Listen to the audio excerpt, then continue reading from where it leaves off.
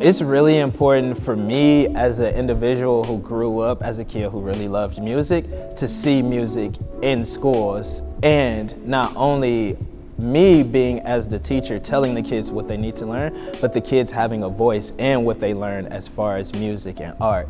So the way I've been doing it at Mendota is I've showed them I write raps, I write poetry, I love music.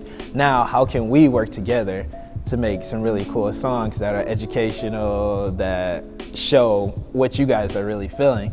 And it's been cool to work with the kids to make songs about map testing, about attendance, about racism, important topics that they want to learn about and they want to speak about, and have that role where they are the teacher and they get to teach their younger sisters, younger brothers, family members about issues or topics that are going on in their school. So it's been really fun to put myself into the music, but then also to let the kids take over and show that this is the way they want to learn. This is the way that they want to show how important these things are to them.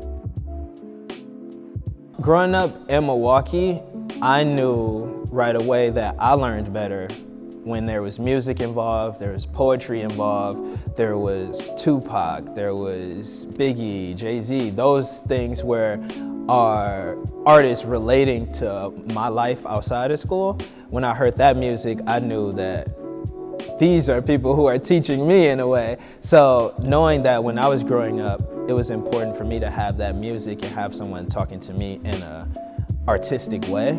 I have that lens whenever I'm talking to the kids and knowing, okay, what kind of music do you like?